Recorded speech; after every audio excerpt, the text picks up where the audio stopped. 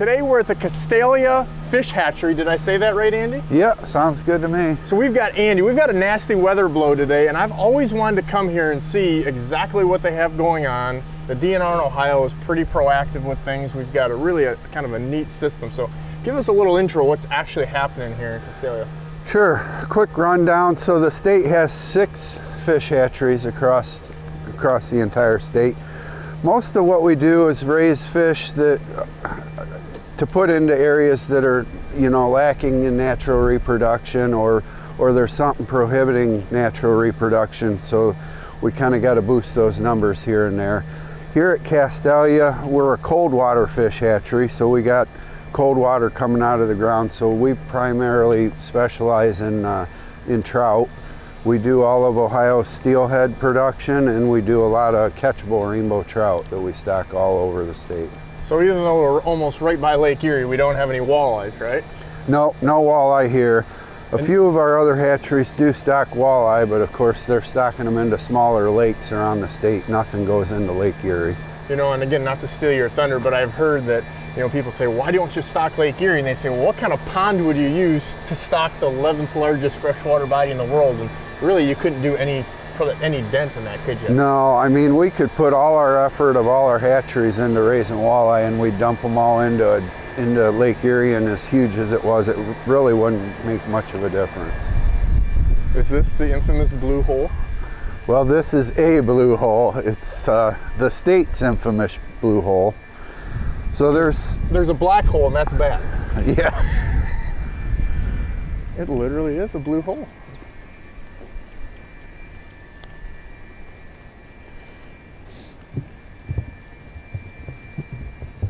Wow. This is literally the infamous blue hole, or one of them, right? Sure. So this is one of the blue holes in the area. A lot of people are familiar with the original blue hole, which is only a couple hundred yards from us through the woods. That one was closed in the 80s. It used to be a big tourist attraction, but it was closed down. The same trout club still has it, they just don't have it open to the public anymore. So essentially, is just this a clear water spring? Yep, it's basically a big spring. It ties into a great big underground river, and it's a spot where the water's coming up out of the ground. We get a lot of visitors that come to look at it because we are open to the public still. There's about 50-degree water, and usually we're getting a couple thousand gallons a minute coming out of the spring here. Wow. So lots of nice, cold, clean water for the trout. The biggest issues we have with the blue holes, because it's underwater, it doesn't have a chance to mix with the air and get much oxygen into the water. And it's also kind of high in nitrogen gas from being down in the ground. So the first thing we have to do is aerate the water to make it suitable for the trout. So is that what we're hearing in the background? Yep, that's the pumps we're hearing in the background. And so when you say cold, what does cold mean? It's about 50 degrees year round. So down at the depth in the ground it's kind of like going into a cave. It's pretty much right around that same temperature all year long. I was gonna say, so even in July, there's no swimming. Yeah, if you jump in July, you're gonna be chilly. And in the winter, it's nice though, because of all the water that's constantly moving, we don't have to worry about anything freezing up. It's still 50 degrees in the winter time. Very cool. So this is kind of the beginning phase. This is kind of step one, really, as far as the hatchery is concerned. We'll get over to the building here in a little bit to show you where we start the eggs out at. But this is essentially where all the pumping's at. The channel's over here to our left, pulling water into the building, and from here we need to pump it and start oxygenating it.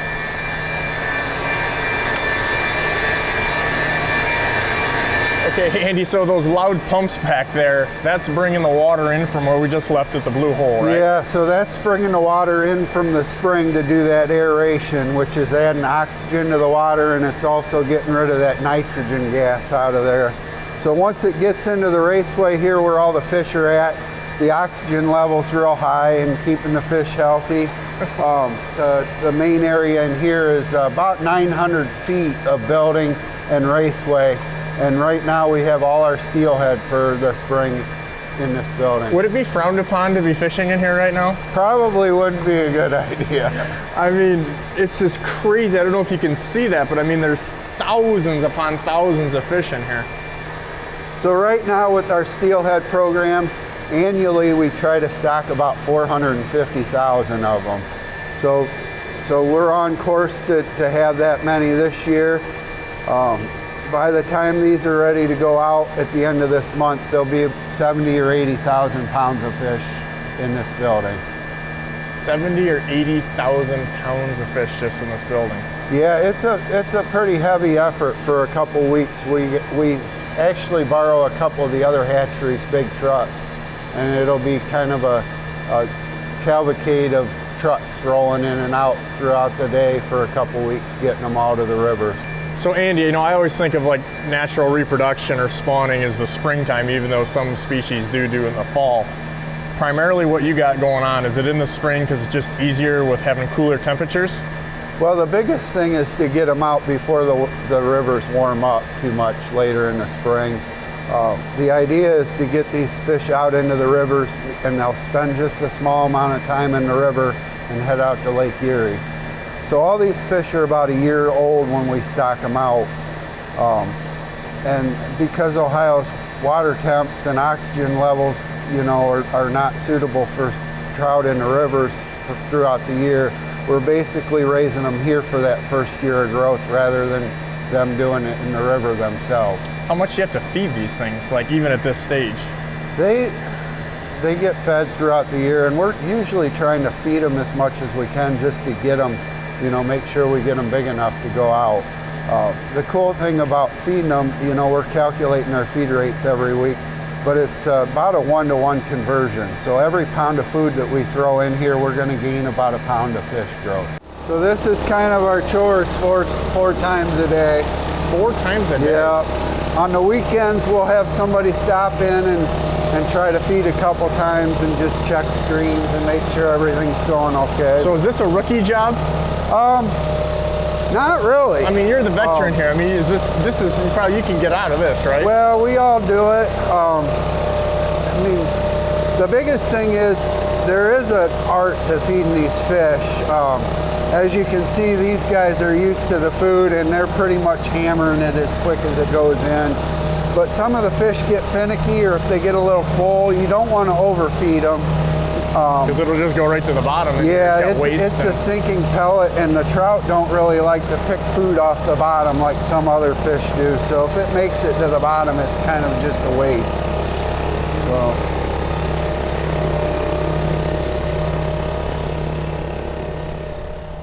Once we leave there, where exactly are these fish going? I mean, this is all just the one kind of natural pipeline, right? Yeah, so they stay in here until we load them up into the trucks and haul them out. So all the steelhead that we were just looking at in the building, there's several rivers along Lake Erie from here all the way to Conneaut Creek, almost on the Pennsylvania border, where we're stocking them out in the spring. So explain this building. What's the purpose of this? So this is one of our newest buildings here. When we had our renovations done, this is our hatching building. We also have our backup generator to make sure that power stays going. We have a feed room in here and just a few other odds and ends. But basically, when we go up and get those eggs, whether they get shipped in or we pick them up, we bring them back here, and this is where we start the incubation process at. One of the first things we do is tray the eggs up in the these are called Heath trays. And you'll notice inside here when you unlock, there's 2 screens, one on the top, one on the bottom, and that locks all together to keep the fish eggs, you know, inside these stacks. So the eggs will incubate in here until they hatch. It's kind of funny with, well, a lot of fish are the same way, but particularly trout, they'll have a big yolk sac on their belly. It kind of acts like a boat anchor. They can't really swim up off the bottom. I've seen that, yeah. So we'll leave them in here for a couple weeks just to get that yolk sac absorbed before we move them into the tanks.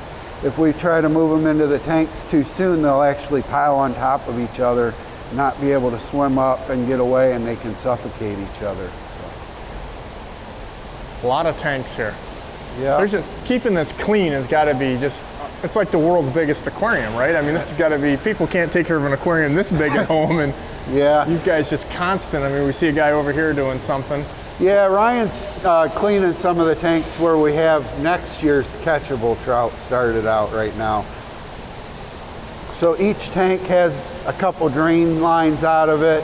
We'll have screens set up, and daily we'll come in and flush the tanks out to make sure they're clean, and get some fresh food on the feeders for these little guys. They just look like little fatheads right here. Yeah.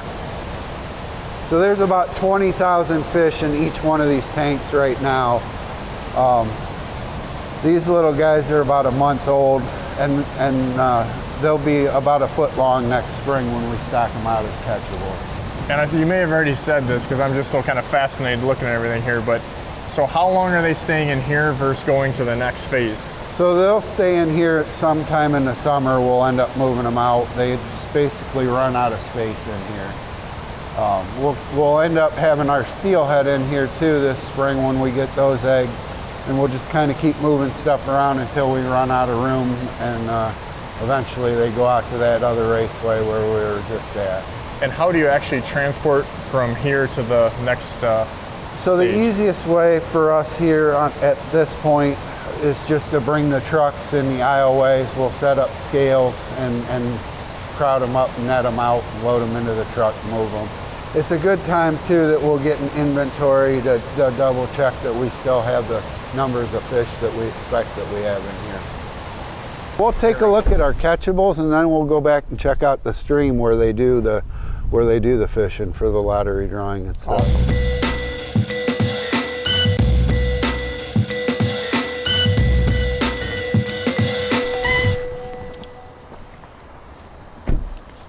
Here we are. Yep, over on the other side of the raceways, this is what we call our Cold Creek Raceway. So basically that 900-foot building is right up there. They're gonna kind of just naturally progress as you pull screens or whatever, right? Right. And this is where I want to be, because this is where the fences are at. Yeah, this is where the bigger fish are. This is where the people, nobody cares about those 9-inchers, but now all of a sudden get a little more feisty. Yeah. So this side is where all the catchables are at that are going out this spring. There's about 75, 80 different water bodies throughout Ohio that we're dumping these into this spring. These are the ones that are already a foot long, about a half pound. They're ready to catch and take home and put on the grill right away. So, instead of having our blue hole like we had back on the other side, this side we're drawing water directly off of Cold Creek, which is the stream on the back side of the hatchery. So we don't have the big pumps going and aeration system, but we do have a paddle wheel over here to help add a little extra oxygen into the water. Of course, this side's a little more cruddy because it's coming out of the stream. Got lots of algae and some sticks and stuff coming down. So that's where we have our weirs set up to keep that clean and keep this clean water coming in. So on a really hard winter, do you still have enough moving water that you don't have issues with things freezing up? Or? Yeah, there's been a couple times that I can remember that the surface actually had a skim of ice over top of it. But normally when the water gets down below about 40 degrees, the trout, the metabolism slows down so much that we really don't feed them at that point anyway. So the fence, is that to keep people like me, but also birds out? Yeah, it's mostly to keep the birds out. We get a lot of... He doesn't know me. We get a lot of herons, a lot of egrets, a lot of eagles in here. Of course, there's a lot of raccoon and mink and stuff too, so lots of stuff that wouldn't mind having them for dinner. Yeah, I would imagine. I like what you got. Now you're thinking kind of my way here. No, I wanted to try to dip a couple out just to give you a closer view of what they look like at this point. Like I said, these are the ones that we're stocking all over right now. And these are like 12, 13 inches? Yeah, somewhere in that size range. You'll see a little... We're getting in the gate. This is positive right now. You'll see a little bit of food on the steps there. That you can see the pellets are quite a bit bigger than what I had showed you before. And the cool thing about the fish down at this end is this food's a floating feed, so we don't have to worry about this getting to the bottom. The biggest thing we got to worry about when we're feeding these is that it doesn't float past them and get back out into the stream. But they're pretty feed trained over here to take the floating pellets. So I'll kick a little bit of it in and you'll see that a few of them will start jumping, thinking they're going to get fed. We'll see if we can catch a couple.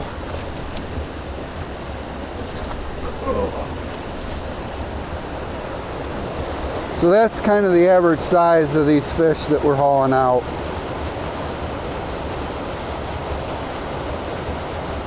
Very cool. And that's about half to 3/4 of a pound? Yeah, right around a half a pound is what we're shooting for. So, good grilling size, I guess.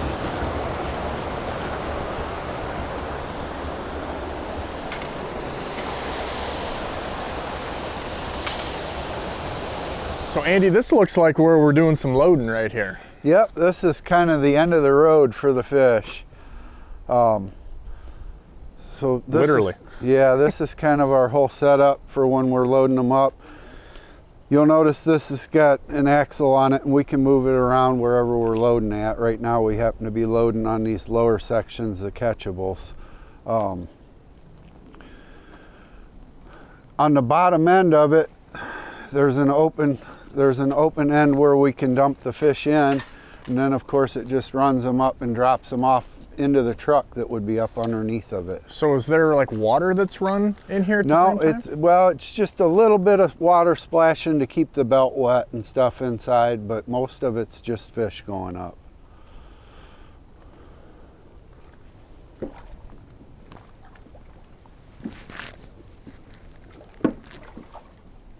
There's a little one. Kind of watch your head and your step. Oh yeah. So I don't know if you can see inside that loader a little bit there, but you'll see there's rubber paddles. So as we're dumping fish in it, it'll keep them in there from falling back down and just pushes them up and drops them into the truck. Yeah, that's what I was wondering, just the handling of. So this is what we would call our shopping basket. Once we get all the fish crowded up, we'll put that basket in and get a big scoop of them. So it makes it easier for us to dip our nets in baskets and fill baskets full at a time. So does somebody like get in here with waders and move one of these screens down? Is that how you kind of? Yep, you'll see the screen there that's got the bristle brushes on the ends. That kind of hugs the raceway walls to keep the fish from going around the screen, but it doesn't beat them up too much. It gently kind of squeezes them down, and we'll just kind of herd them all down into a small area. We'll set a scales up here, and everything that we load is based off of weight. So we'll figure out how many fish there is per pound, and then we'll, go with weight and weigh each basket that's coming out. So how many people year round does it really take to make this whole thing turn? So right now we have 4 people here that are full-time. And then we get a couple seasonals in that work spring through fall to help us out, especially when we're hauling all the fish out. But we also do a lot of our own maintenance, changing oil on vehicles and all our equipment and mowing all our grass and trimming trees and kind of... Jack of all trades. Yeah, jack of all trades. It's almost like working on a farm. We do a little bit of everything. We do a lot of tours in the summertime for bigger groups of people that are coming in. It's almost like your own campus. I mean, it's your own little. It's fun to do a lot of different stuff, and then of course the guys are on the road truckers this time of year hauling them big trucks with all the fish. And is that a different group of guys that actually drives the trucks? No, it's all the same group.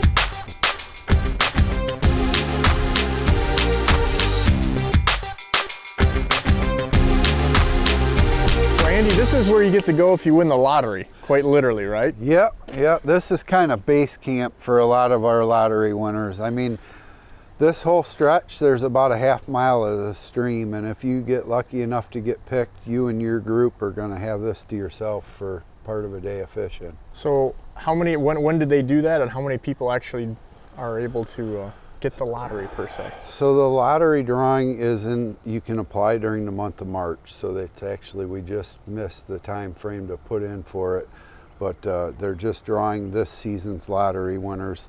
And we'll have fishermen back here from May all the way through almost the end of November. Oh, no kidding. Just one permit at a time. That way you don't have to fight over a spot, and everybody that comes can catch and keep 5 fish apiece. The anglers will have this to themselves as far as fishing. We do get people that are back here, you know, wandering around, checking out the birds, having a picnic. Like I mentioned before, we're open to the public. We're open 7 to 3, Monday through Friday.